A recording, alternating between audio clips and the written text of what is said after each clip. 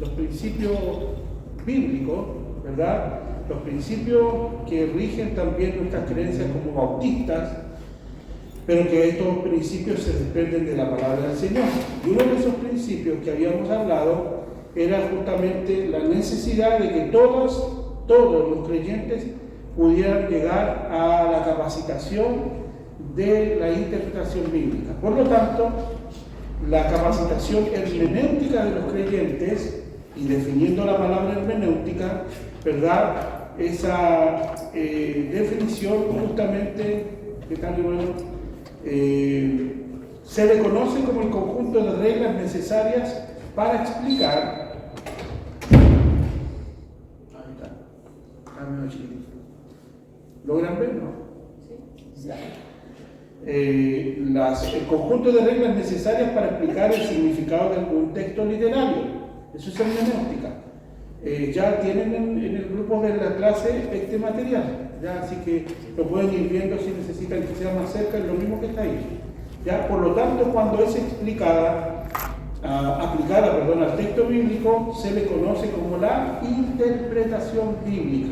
Por lo tanto, lo que nosotros hacemos es, cuando estamos frente a un texto bíblico, lo que nosotros hacemos cuando aplicamos la hermenéutica es interpretar el texto bíblico, ¿ya?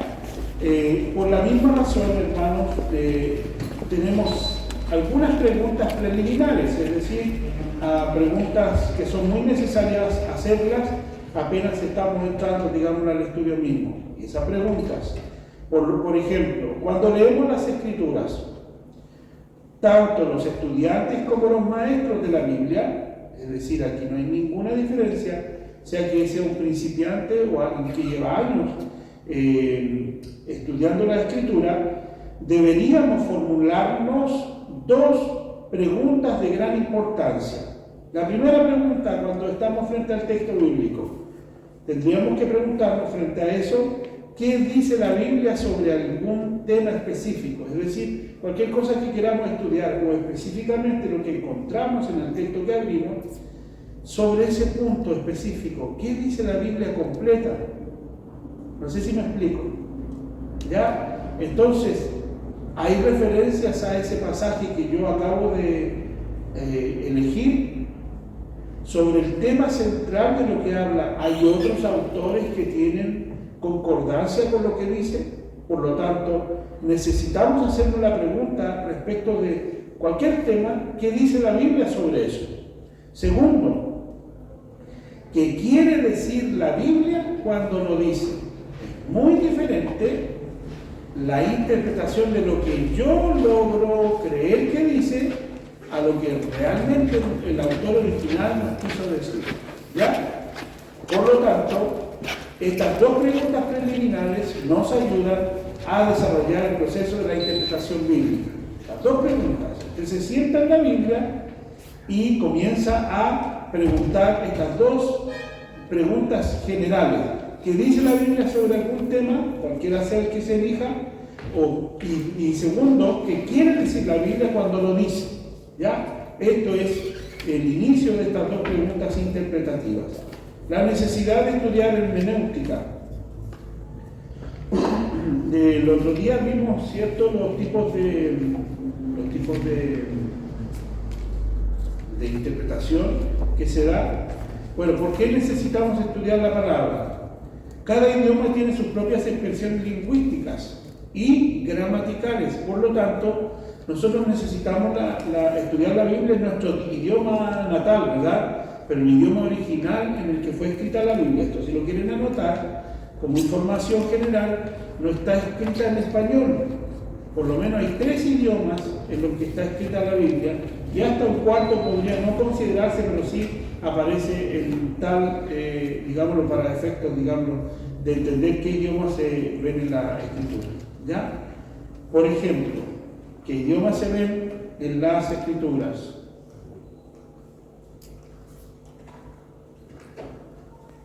Idioma hebreo. Tenemos el hebreo. ¿Cuál otro? Arameo, muy bien. ¿Cuál otro? Griego. Y el griego koiné no es el mismo griego de ahora, ¿ya? Porque la gente de Grecia también habla su idioma natal, pero el griego koiné, que se escribe con K, y tal cual como suena, koiné, es una lengua muerta, ya no se habla, por lo tanto se necesitan especialistas para poder llegar a la profundidad de lo que dice originalmente.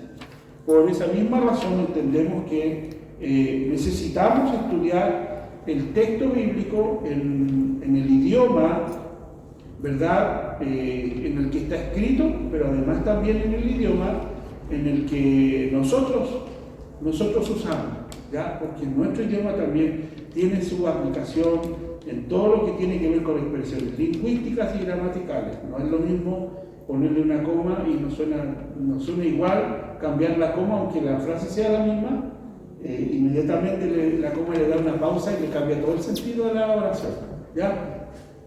No siempre se podrá traducir literalmente un texto de un idioma original a otro idioma, es decir, esa sería conocida como la transliteralidad, es decir, traducir un idioma desde la escritura al idioma en el que se quiere traducir. Es poco probable que se dé la transliteralidad, ¿ya? No se puede traducir palabra por palabra, ¿ya? Lo que sí se puede hacer, porque en el idioma, digamos, en la exégesis sí nosotros hacemos, y en la hermenéutica como herramienta sí hacemos la definición de palabra por palabra. Lo que no hacemos es transliterar un texto, ¿verdad?, porque no va a resultar.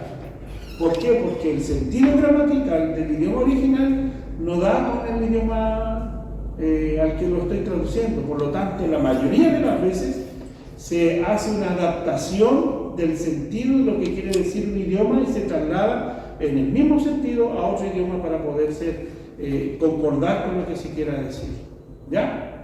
De hecho, da el mismo resultado con las traducciones bíblicas.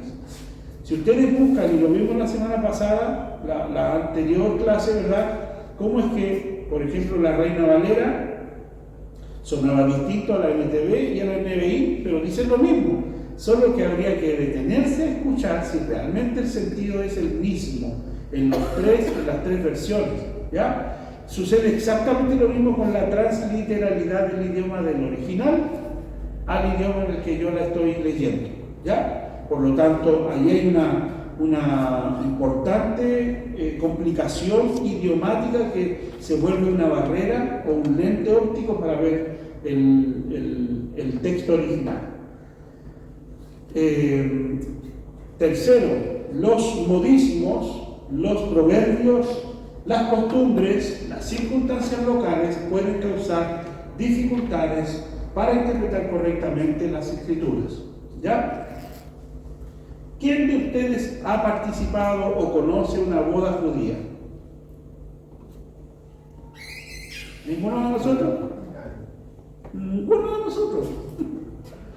Por lo tanto, ¿las costumbres influyen para entender el original? Sí. ¿Recuerdan ustedes cuando habla acerca de las 10 vírgenes? ¿Y qué es lo que estaban haciendo ellas? Eso es una boda judía. Y Jesús usa ese ejemplo para hablar de su venida y del reino del Señor. Dice, y el reino de Dios será como 10 vírgenes. Por lo tanto, ¿qué está intentando decir el Señor Jesús en ese ejemplo? ¿Únicamente está hablando de su venida? No, está hablando del reino, porque así comienzan las palabras.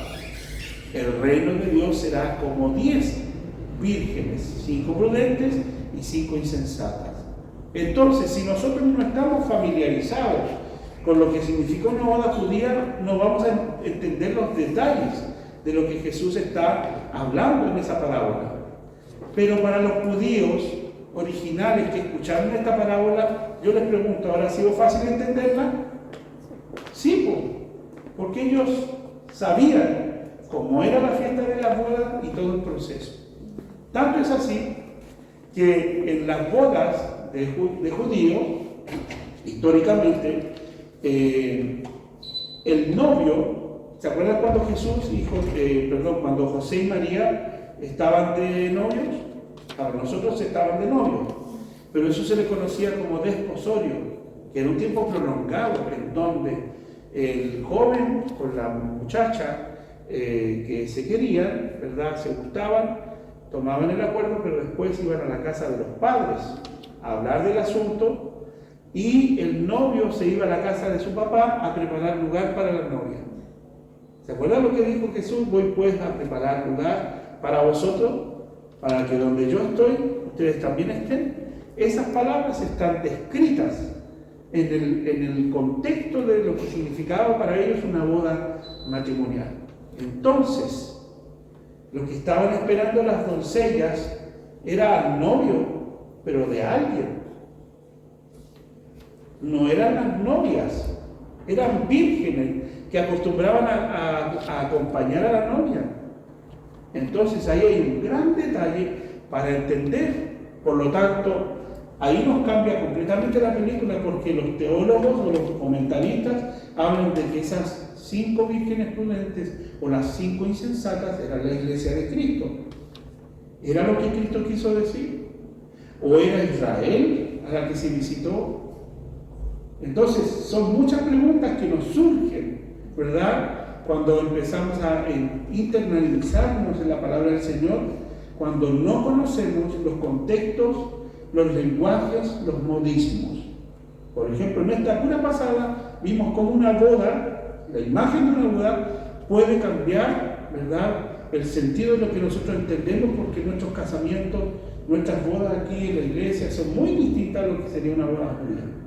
Por lo tanto, esas diferencias hay que tenerlas siempre en cuenta, ¿ya? Los modismos, por ejemplo, el libro de Proverbios está lleno de modismos, de proverbios que son frases, oraciones cortas que declaran una verdad.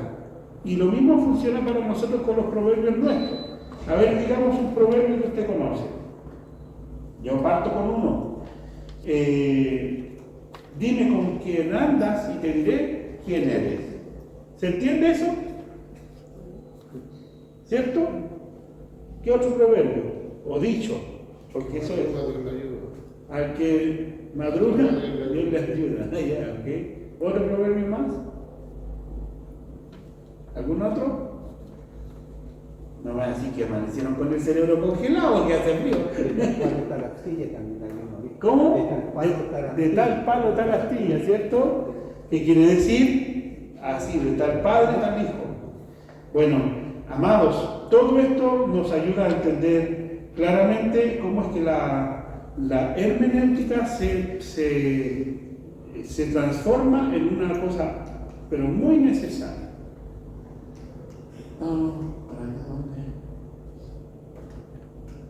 Se nos congeló esto. El frío. Se congeló. Hermano Mario, ¿me puede ayudar? Se congeló hasta el data. Ya, pero aquí yo voy a poder abrirlo. Ya. El intérprete, ¿ya? Esta es otra cosa muy importante, y lo hicimos la semana pasada, el ejercicio, o la vez anterior, el ejercicio de ver a través de varios filtros que nosotros tenemos, ¿cierto? ¿Se acuerdan? ¿Hicimos ese ejercicio? ¿De qué se trataba? ¿Qué hacíamos? Nos pusimos lentes de un tipo de color, ¿ya? Por lo tanto, el intérprete tendrá, ¿verdad? Todos los intérpretes de la Biblia estamos condicionados históricamente, culturalmente y por nuestras experiencias personales. Es decir, la iglesia a la que usted asiste y las iglesias probablemente a las que asistió, por ejemplo, aquí en este contexto, ¿quién viene de cuna cristiana? Ya, somos 3. Anteriormente, al haber venido a esta iglesia, ¿a qué iglesia fueron? ¿O pertenecían? Católica.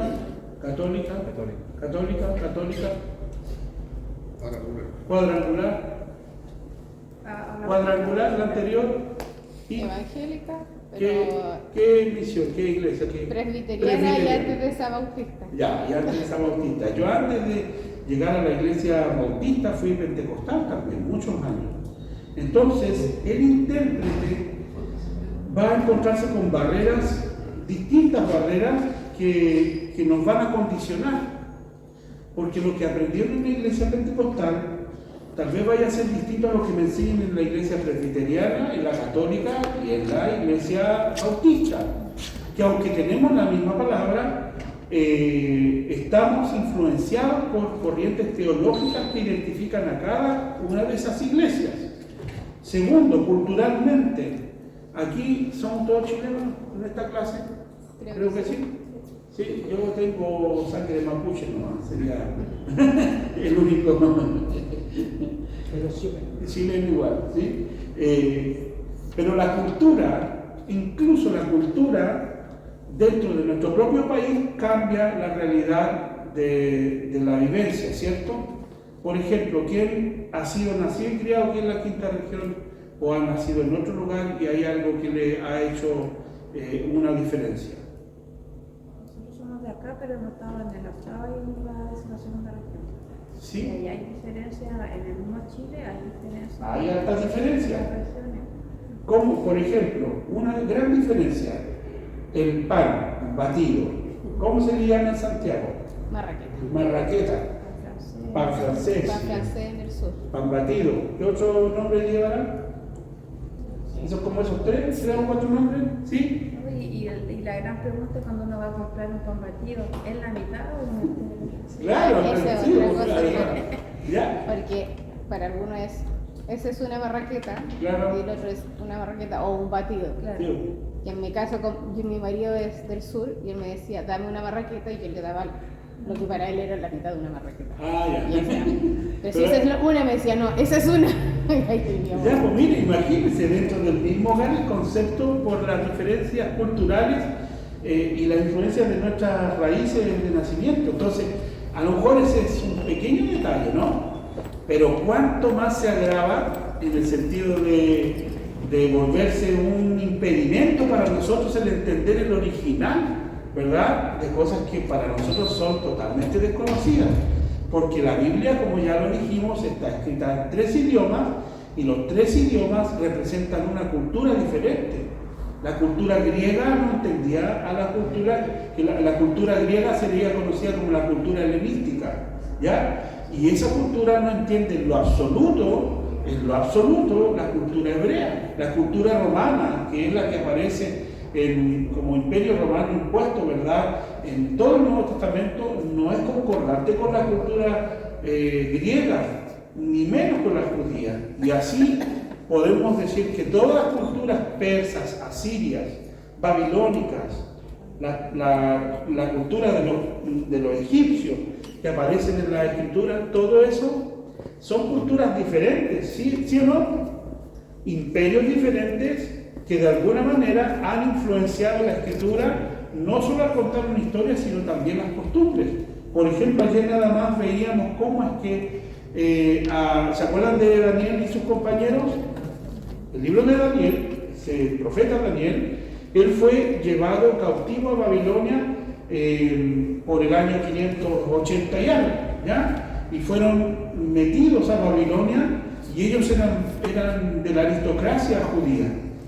Daniel y sus compañeros eran príncipes y por esta misma razón los toman presos y los llevan como esclavos al palacio del rey Nabucodonosor.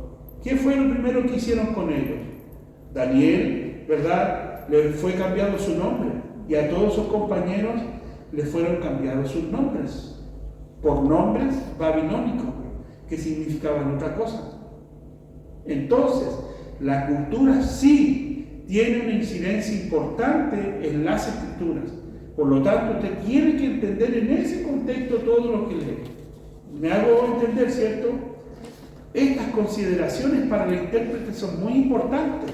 ¿Por qué? Porque harán que la interpretación bíblica pueda tener una precisión mucho más aguda a querer entender o leer y entender lo que yo quiera entender. Es decir, ¿Alguien tiene pancito de vida en la casa? Yo. Ya. ¿Conocen el pancito de vida? Sí. ¿No? Es una cajita donde uno saca un texto bíblico y lo lee. Algunos hermanos lo leen como el horóscopo de la mañana. Ayúdate que yo te ayudaré. Ah, no, eso no es bíblico.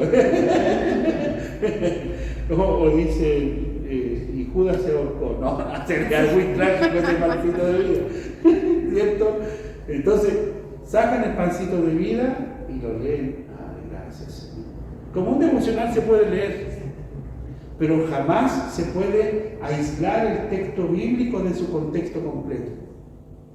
Y ese es el consejo para el intérprete, que el intérprete sepa manejar las escrituras sin sacar el versículo bíblico, que aunque sea una promesa, del lugar de donde está escrito, porque todo eso le da contexto a ese versículo bíblico. ¿Ya? Por ejemplo, vamos a ir al libro de Filipenses. Acompáñenme al libro de Filipenses, por favor. Que es bien conocido este texto bíblico. Y sin miedo a equivocarse, les voy a preguntar qué significaría para ustedes y si alguno conoce o no el contexto de esta palabra. Dice el versículo, Filipenses capítulo 4, versículo 13. Leámoslo todos juntos, por favor. Capítulo 4, versículo 13. ¿Qué dice? Ya, 1, 2, 3. Todo lo puedo en Cristo que me fortalece. ¿Cuánto alguno han leído ese pasaje? ¿Sí? ¿Lo había leído antes? ¿No? ¿No? Ya. Esto lo dice el apóstol Pablo. Primero, entonces, ¿qué tenemos que hacer como intérprete? Buscar quién lo dice. ¿A quién se lo dijo? Se lo dijo a los filipenses. Y los filipenses son una iglesia en particular. Por lo tanto, está dirigido como carta a una iglesia en particular. Pero ¿cuál es el contexto de lo que dice este versículo bíblico? Bueno, habría que leer el capítulo completo o el libro completo para saber. Por ejemplo, vamos por favor al capítulo 1, versículo 12 al 14. ¿Alguien lo tiene? Para leerlo, por favor. Amén. Ya. El título es para mí el livre Cristo. Quiero que sepáis, hermanos, que las cosas que me han sucedido han redundado más bien para el progreso del Evangelio, que de tal manera que mis prisiones se han hecho patentes en Cristo y todo el pretorio, y a todos los demás. Y la mayoría de los hermanos, cobrando ánimo en el Señor con mis prisiones, se atreven mucho más a hablar la palabra sin temor. Amén. El contexto sería ese, ¿cierto? Porque en la introducción, en el primer capítulo de esta carta, ¿qué le está pasando a Pablo? ¿Dónde estaba? En prisión, ¿verdad? Estaba en prisión. ¿Y qué sucedía allí? Hay detalles importantísimos que el mismo texto lo está diciendo. Entonces, como intérprete, yo tengo que contextualizar el texto. Finalmente, Pablo dice: todo lo puedo en Cristo que me fortalece. ¿En qué momento dice eso? Bueno, está preso, está acordándose, está orando por los hermanos, le está mandando recomendaciones a la iglesia, y él puede decir: sí, aunque estoy preso, el Señor sigue orando, sigue trabajando. Y dice allí el resultado de las prisiones del apóstol Pablo, en qué fueron a dar, qué resultado dieron. Lo dice allí. Dice: los hermanos se atreven a predicar la palabra con mayor valor, sin ningún temor. Entonces, eso es el contexto cuando el apóstol Pablo dice que yo estoy en prisión. Y allí inmediatamente, díganme si cuando dice el apóstol Pablo, todo lo puedo en Cristo que me fortalece, es un todo prácticamente así como más que cualquier actor de película de acción. Es mucho más, porque hay un contexto detrás de esa frase y de ese versículo. Es el sufrimiento por el Evangelio, son las prisiones por amor a Cristo, es la evangelización que conlleva prisión, es el arrojo y valentía de un apóstol que no se deja vencer por el miedo, por la persecución. Entonces, estamos hablando de que es una riqueza inmensa, un versículo bíblico, pero sacado de contexto, yo lo agarro decir para tomar ánimo en el día y salir a trabajar. ¿Ves lo superficial que podríamos, cómo podríamos usar la palabra? Entonces, no es para eso la Escritura, es para profundizar en el escrito mismo y tener, digamos, una mayor riqueza y una precisión en el contexto de lo que está diciendo ese pasaje. Hermano, sí, que a veces igual se nos enseña de que para no sacarlo de contexto tenemos que leer los versículos que están antes y los que están después. Pero tampoco es correcto, porque antiguamente la Biblia no se escribía por versículos, sino se escribía por capítulos completos. Entonces tenemos que leer, como decía usted, los capítulos, el capítulo completo y el capítulo que viene después, o el libro. Cuando las cartas son porque antes no estaba dividido por capítulo ni versículo, entonces escribían el libro para poder, o sea, deberíamos leer el libro completo para poder entender el contexto de lo que se está hablando. Claro, y justamente tiene mucha razón, hermano José, porque, por ejemplo, en el caso de las cartas, si a usted le mandaba una carta de amor, ¿la leía por párrafos o la leía completa? ¿La leía una sola vez o varias veces para convencerse del amor o la traición o que lo dejaron? ¿Cierto? Es que no lo puedo creer, pero lo vuelve a leer para entender, ¿verdad?, ese contexto. Entonces se lee, normalmente las cartas deberían leerse completas, aunque para muchos pueda ser tedioso, bueno, la puede seccionar, pero no puede seccionar en versículos pequeños, aislando el contexto. Entonces necesitamos ir mucho más allá de él. Porque, por ejemplo, miren, la deducción bíblica se traslada, digámoslo, que nace por la interpretación, pero más que una deducción, es la comprobación, ¿verdad?, de los hechos que han ocurrido y que se pueden hasta fechar en la Escritura. Entonces, por ejemplo, dice el versículo 5 de Filipenses, capítulo 1. Voy a leer del 3 al 5. Dice: doy gracias a mi Dios siempre que me acuerdo de vosotros. Pablo, ¿de quién se está acordando? De los filipenses. Siempre en todas mis oraciones rogando con gozo por todos vosotros. Cuando dice siempre en todas mis oraciones, ¿es que en todas las oraciones incluye a los filipenses? ¿O está hablando de su generalidad, que normalmente se acuerda de todas las iglesias? Entonces, todas estas precisiones lingüísticas obedecen, ¿verdad?, a una forma de cómo el apóstol Pablo expresa su comunión con esta congregación. Por lo tanto, dice el 5, por vuestra comunión en el Evangelio desde el primer día hasta ahora. Yo le pregunto, ¿aparece en alguna parte de la Biblia ese primer día hasta ahora? ¿Cuánto es esa cantidad de tiempo desde el primer día hasta ahora? ¿Lo entiende? Esas son frases claves.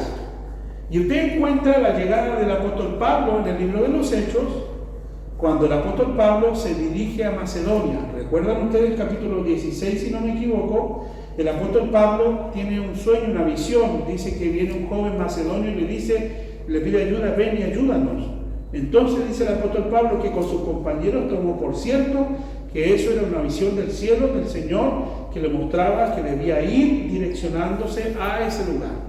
Entonces, cuando llegan a Macedonia, la primera ciudad que visitan, que era una ciudad puerto, es la ciudad de Filipo. Entonces, desde esa fecha hasta que el apóstol Pablo escribe esta carta, han pasado 7 años.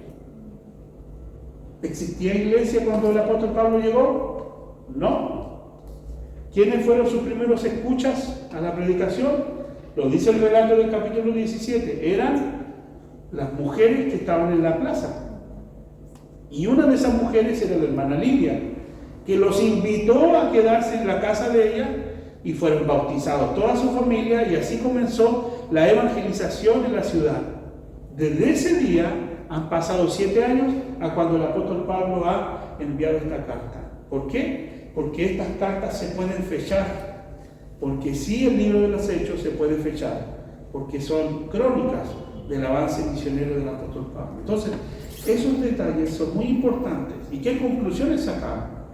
Sacamos conclusiones como esta. Si han pasado 7 años, ¿la iglesia habrá crecido? ¿Quiénes estaban en esa iglesia? ¿Podemos saber o por lo menos aspirar a entender quiénes eran esos hermanos? ¿Habrá estado el carcelero de Filipo y toda su familia en esa iglesia? Aparece en el pasaje del libro de los Hechos. ¿Habrá estado la muchacha que fue liberada de un espíritu de adivinación? ¿Aparece la familia de la hermana Lidia y de la hermana Lidia y toda su familia? Ya tenemos 3 familias convertidas en una iglesia desde el relato, pero aquí el apóstol Pablo ya comienza a hablar de Evodia y Síntique, hermanas que combatieron con el apóstol Pablo en el Evangelio. Y dice el capítulo 4, versículo 3: te ruego también a ti, compañero fiel, que ayudes a estas que combatieron juntamente conmigo en el Evangelio, con Clemente también y con los demás colaboradores míos, cuyos nombres están escritos en el libro de la vida. Están en el libro de la vida. Cuando dice esto, el apóstol Pablo está nombrando a 2 hermanas, Evodia y Síntique. Es como yo diga Natalie y la hermana María Inés. Ellas, dice el apóstol Pablo, han combatido conmigo en el Evangelio, ahora están enojadas. Intercede para que busquen la paz. Eso ya habla de un contexto, habla de Clemente, de otro hermano y de otros colaboradores que estuvieron con él cuando formó la iglesia. Entonces, allí hay una historia más profunda que cuando comenzamos a leer el 4:13, que dice: todo lo puedo en Cristo que me fortalece. Eso es una verdad bíblica, pero que tiene un contexto detrás de toda una historia de esfuerzo y de años por plantar una iglesia a la cual el apóstol amaba. ¿Se entiende? Esas profundidades a las que podemos llegar es porque usted tiene que sentarse como intérprete, ¿verdad?, con el corazón abierto a lo que el Espíritu Santo le quiera hablar y a cómo usted pueda trabajar la familiarización con los textos bíblicos. Es decir, usted no va a poder llegar a una comprensión ahora si no tiene el hábito de leer la Biblia. No podemos llegar a una comprensión más profunda si no ha contextualizado esta cultura general que necesita saber para entender la Biblia. ¿Ya? Y eso tiene, digamos, es un trabajo que es a largo tiempo, a largo plazo, pero que no es un trabajo tedioso, por el contrario, te conviertas en un investigador bíblico. Y pregunte, tal vez se pueda equivocar y no tenga temor a equivocarse, pero alguien le puede responder y aclarar alguna duda de lo que usted entendió, ¿ya? Pero haga el esfuerzo de poder entrar en las Escrituras. Por lo tanto, nosotros como personas estamos condicionados. Vemos la vida a través de varios filtros, y ya lo hemos conversado ampliamente. El tipo de personalidad, ¿verdad? ¿Afecta la personalidad al momento de leer la Biblia? Sí, totalmente.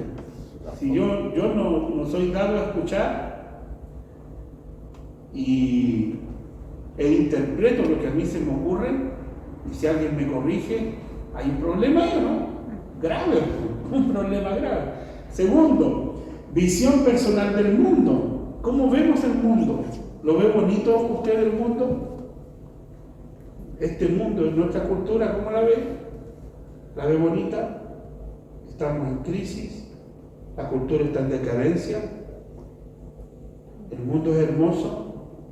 Cuando hablamos del mundo nos referimos a la cultura que impera o a la creación. Todas esas cosas hacen la diferencia, ¿eh? Entonces, cuando uno habla y está dando una cátedra o diciendo una palabra, entregando un mensaje, el que escucha puede interpretar algo distinto al que habla. Entonces afectan muchas cosas. Experiencias personales. ¿Las experiencias personales afectan la interpretación bíblica? Sí, claro que sí.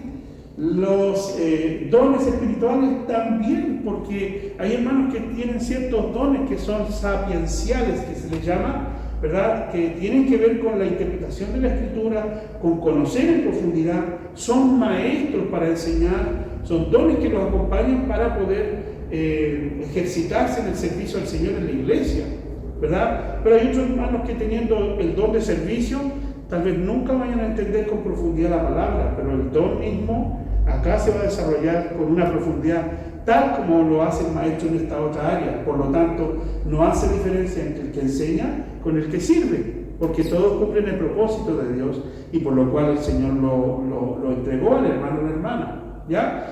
Pero lógicamente que en el sentido del uso de los dones sí hay una afectación cuando entramos en la palabra del Señor. Unos tendrán una habilidad mayor y otros tal vez carezcan de esa habilidad, pero el entrenamiento sí nos ayuda a poder usar las Escrituras como corresponde. Amén. En los efectos especiales o personales más bien. Un día yo estaba predicando en una iglesia en particular sobre la fornicación.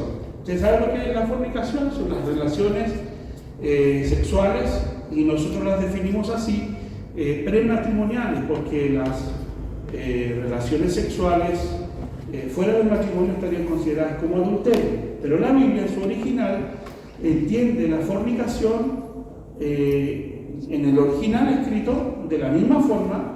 Se denomina para la relación sexual prematrimonial o extramarital. Cualquiera de las dos significa lo mismo, ya viene de la misma raíz lingüística en la que está escrito el original.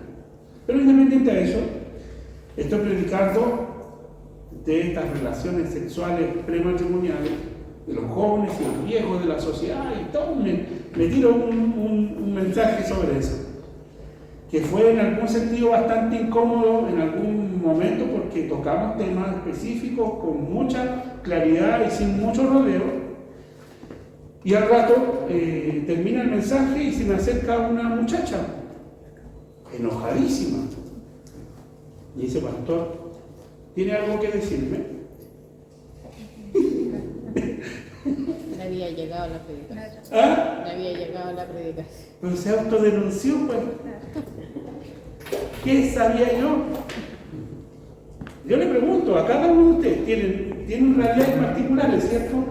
¿Qué sé yo qué pasa con su vida, hermano, en lo particular y familiar, en la intimidad del hogar?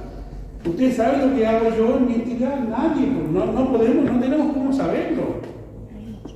Entonces, si a alguien le llega el mensaje, no es porque le vinieron con el soplo al pastor, pues la niña, ella esperaba que yo le dijera las cosas en su cara. ¿Cómo usó el púlpito para decir todo lo que me tenía que decir a mí? Y le dije: pero hija, ¿no será al revés? ¿Sabes lo que acaba de ocurrir? Es que te autodenunciaste. ¿Cómo tengo yo para saber qué es lo que tú haces en tu intimidad? Tú misma te estás exponiendo. No debiste haberme venido a decir, debiste haber reflexionado en lo que Dios te habló, porque fue el Señor. Pero pastor, es que usted dijo esto. O sea, la precisión de lo que dije, yo no tengo cómo saber qué es lo que haces tú en la intimidad. Tengo yo cómo saber qué hiciste anoche, qué hiciste el día anterior, la semana pasada. Y ahí ya cayó en cuenta que quedó en evidencia. Porque los problemas personales también nos producen un problema de interpretación. La niña interpretó lo que quiso interpretar desde el púlpito, una palabra que se da, que se entrega, pero los problemas personales, la realidad personal también afecta a la interpretación. ¿Se entiende? Entonces hay muchas cosas que nos sacan del foco de lo que realmente debemos entender de lo que dice la Biblia. Por lo tanto, usted tiene que salirse de todos estos problemas personales, realidades culturales y todas estas cosas para sentarse a leer la Biblia y ser inteligente en poder leerla de esa manera. ¿Ya? A mí me pasó un día, llegó un pastor que nos quería llevar a Estados Unidos, hizo toda una cantidad de trámites y todo lo demás, y nos dijo: ya, está listo el proyecto para que se vayan y nos íbamos con toda la familia. Estábamos entusiasmados, sacamos los pasaportes, digamos, todas las cosas listas. Y el proyecto se cae. Al pastor lo mandan a una jubilación, llega otro pastor y eliminó absolutamente todas las estrategias misioneras que tenían la iglesia en particular, y obviamente que el plan fracasó. Entonces yo vengo y le pregunto al Señor: Señor, dame una palabra que me responda, dame un mensaje que me aclare lo que esto significa, Señor. Y afligido empecé a orar y ver cómo el Señor me iba a hablar sobre esto. Entonces necesitaba yo pedirle al Señor que me confirmara qué era lo que había sucedido. No lo entendía, estaba bien afligido no podía entenderlo. Y me dio este pasaje y dije yo: esta es la mía, aquí está la respuesta. Busque Isaías. Y lo digo con vergüenza porque esto es lo que me pasó a mí, ¿ya? Busque Isaías 43:6.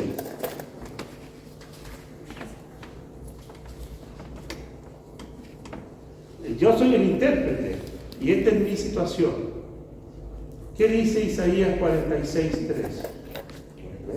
Perdón, 43:6. Siempre me equivoco con la palabra.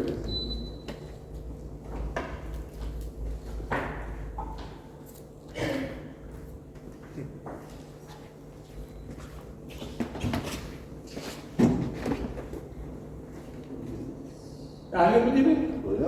Léelo fuerte, por favor. Dame un segundo para ir con el micrófono. Estamos grabando la clase. Diré al norte, da acá, al sur, no te detengas, trae de lejos mis hijos y más hijas de los confines de la tierra. Ya. ¿Está claro, no? ¿Está claro lo que quiere decir eso? Diré al norte, Estados Unidos, da acá. Y al sur, Chile, no detengas. Trae al Leo y a toda su familia desde los confines de la tierra. Así yo lo entendí y le di gracias al Señor. Señor, yo sé que si este proyecto falló, en algún momento tú me vas a llevar de nuevo. Y mire dónde me tiene. Entonces, amados, aquí hay un problema interpretativo, ¿no? Porque este pasaje tiene un contexto. Usted lee el capítulo y le está diciendo a Israel, en una restauración futura, el Señor va a redimir a los que fueron esclavizados, que fueron llevados a cautiverio, y el Señor los hará volver desde donde fueron capturados. El Señor los hará volver a la Tierra Santa. Eso es lo que significa. No es que el pastor Leo se iba a ir a Estados Unidos. Entonces, así es fácil interpretar la Biblia, ¿no? Yo creo que al final de cuentas, casi la mayoría de las veces que leemos la Biblia, la leemos con una perspectiva personal. Por lo menos mi Biblia está la tengo subrayada porque cada vez que el Señor me habla mi vida, pero con respecto a la situación que estoy pasando en ese momento. Creo que todos hacemos eso y muy poco hacemos la hermenéutica como debería ser, leerla como debería ser. Claro, porque ¿sabe dónde está la diferencia?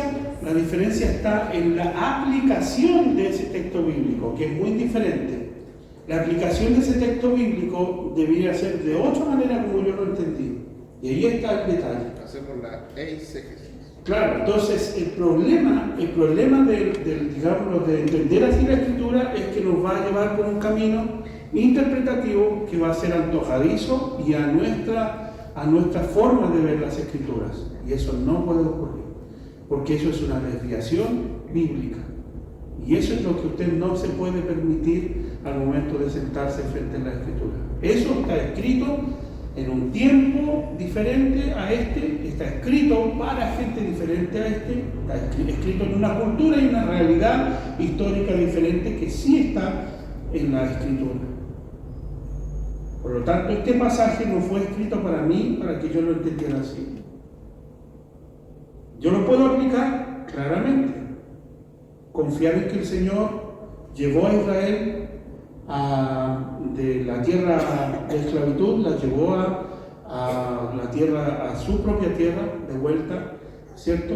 Y lo hizo el Señor. Lo hizo cuando el Señor permitió que se cumpliera esta profecía y volvieron a tierra y reconstruyeron el templo y todo lo que eso significó. Y que Jesús naciera en Tierra Santa, que Jesús hiciera su ministerio en Tierra Santa. Entonces nos volvemos un poco místicos, ¿verdad?, en la aplicación de la Escritura. Y ese es el error interpretativo que la semana pasada, las veces pasadas lo vimos. Hermano Cristian. Usted dijo al principio que Dios le había contestado su oración con ese versículo. Y usted lo interpretó de otra forma. Pero en el fondo, ¿qué fue el mensaje de usted? Porque muchas veces nos pasa a nosotros y buscamos de Dios, y Dios nos muestra diferentes situaciones o palabras, y a veces no es lo que pensamos nosotros, es lo que sucedió. Entonces, ¿cómo supo usted que no era por otro? Claro, lo que pasa es que no es que Dios no me haya hablado. El problema es que yo malentendí lo que el Señor me quiso decir. ¿Por qué? Porque en el ejercicio de querer una respuesta, yo lo tiendo o lo que hice aquí fue torcer la Escritura y acomodar el mensaje para que me diera una explicación. Mire que somos buenos para explicar absolutamente todo. Le damos explicación a todas las cosas. Si el Señor no la sanó a mi hermana, no, es que le falta fe. Y le buscamos el texto para decirle que a ella le falta fe, ¿cierto? Y empezamos a acomodar. O sea, es que no, basta tener mi gracia, dice la palabra del Señor. Hermanos, Dios nos habla a todos y a todos nos permite entender su trato de acuerdo a cómo usted se comunica con el Señor, en qué intimidad tiene con Dios. La palabra, por supuesto que nos ayuda, pero en ningún caso la palabra puede ser tergiversada de su contexto, porque la aplicación es la que sí. Entonces yo me tendría que, como intérprete, preguntar, luego vamos a ver las preguntas y siempre nos va a faltar tiempo. Entonces el tiempo que nos ocupemos en entender el estudio de hermenéutica lo vamos a tomar, ¿ya? Y luego vamos a recuperar el trabajo con los principios que llevamos. Estamos recién en el segundo principio de 7, ¿ya? Pero esto es muy importante.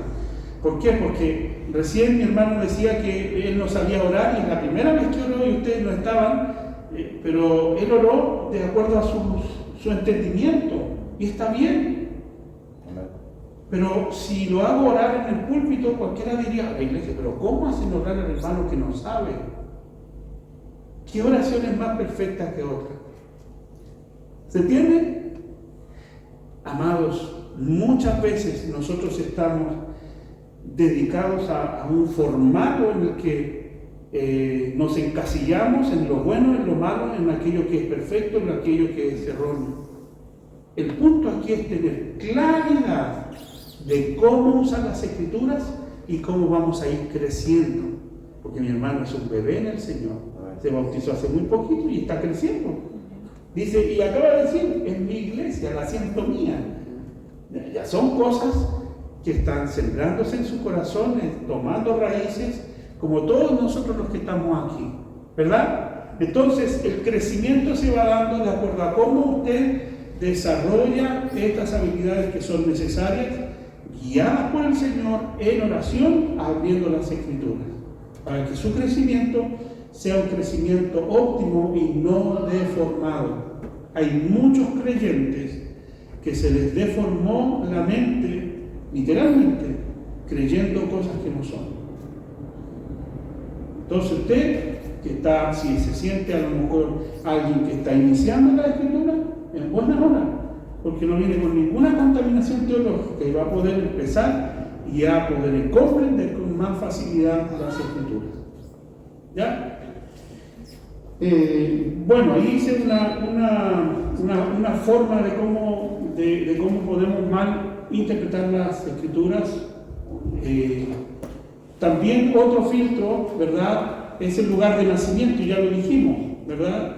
El momento del nacimiento, es decir, en qué época, cómo nacimos. Yo nací, dice mi mamá, en un ascensor. Salí como jaboncito y caí al suelo. La educación paterna y denominacional, es decir, nuestros padres, cómo nos criaron, si nos criaron en otra religión o en el Evangelio. Pero también la denominacional, ya lo dijimos, no cree lo mismo un bautista de un presbiteriano, es el mismo Evangelio, pero ¿por qué hay una iglesia presbiteriana y una bautista, o una pentecostal y una cuadrangular, o una asamblea de Dios o un centro cristiano? Que es lo que nosotros ahora alcanzamos a ver, o una iglesia católica, siendo que tenemos la misma palabra. ¿Por qué? Porque la interpretación es la que ha dividido la iglesia. Los católicos no entienden la misma forma como nosotros entendemos las Escrituras. Y hay una gran diferencia entre lo que ellos interpretan con respecto a lo que los evangélicos interpretamos.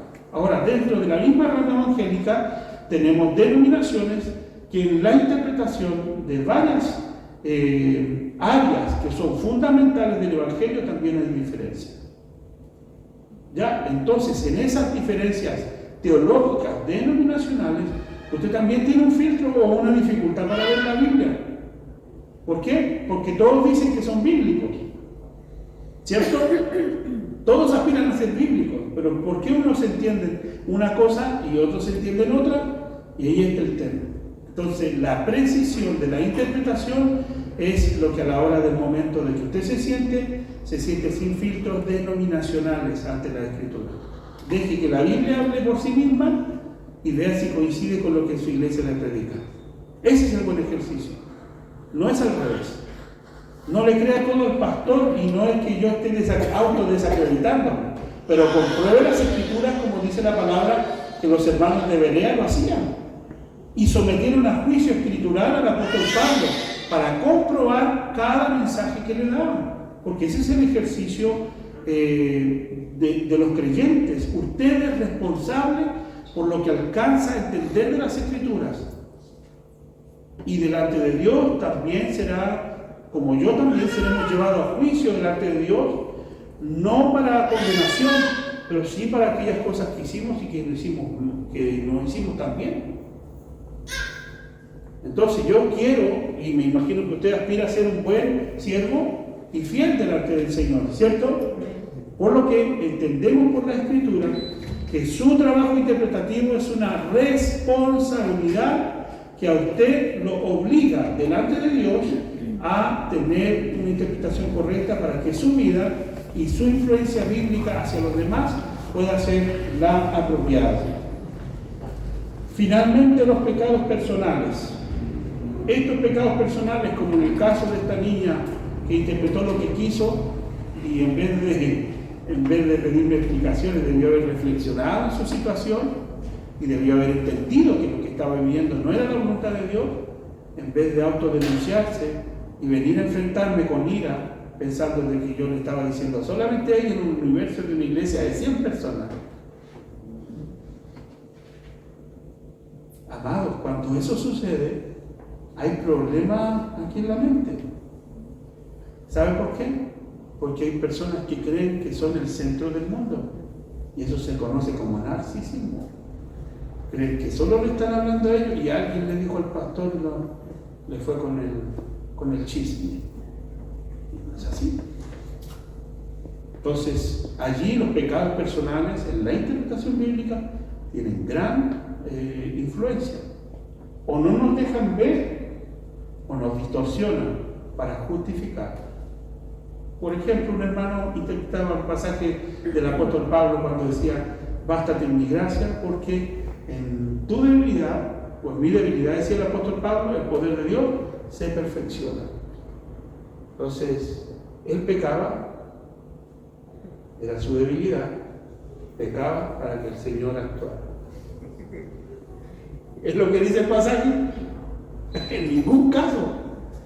Pero él así lo entendía. Por lo tanto, el pecado personal lo quería justificar con las Escrituras.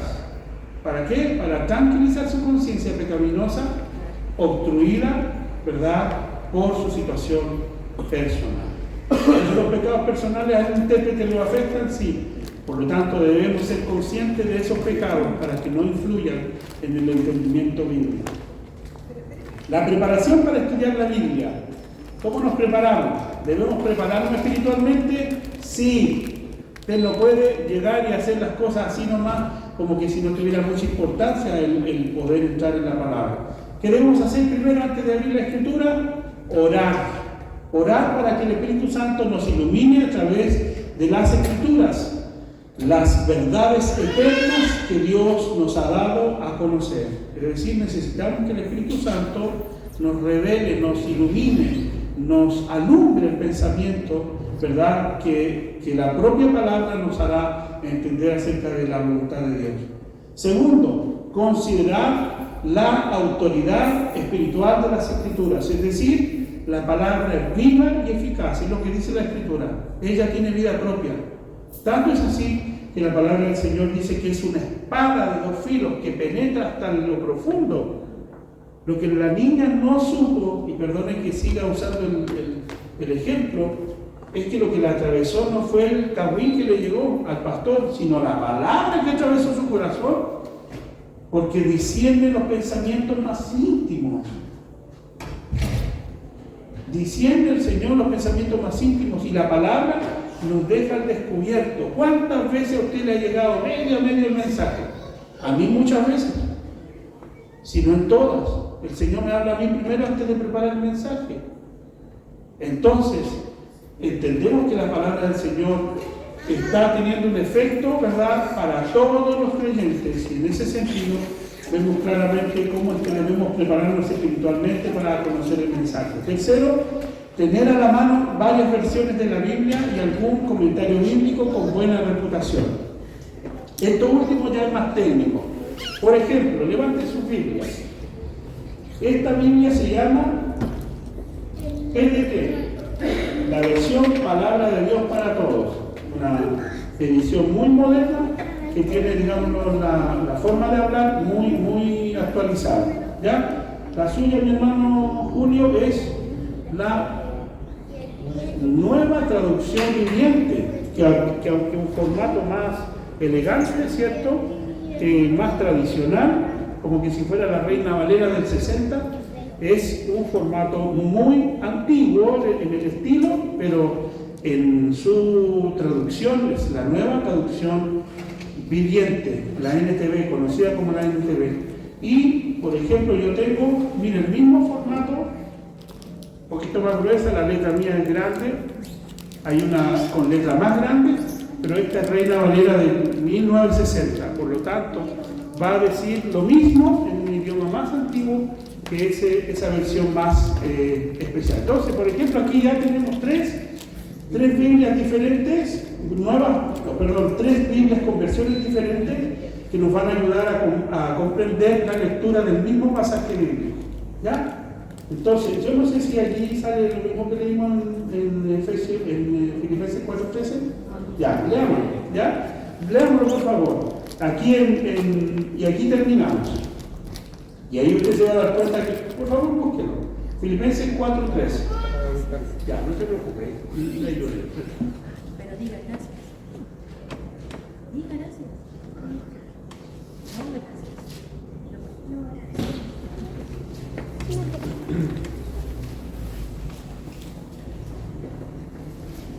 Ahí está. 4:13. Tenemos esa versión, es la versión Reina Valera del 1995, ¿no? Esta, la versión. ¿Qué versión es? Nueva versión internacional, esta es la NBI. Ya tenemos 4 versiones. La mía dice Reina Valera del 1960. Dice, todo lo puedo en Cristo que me fortalece.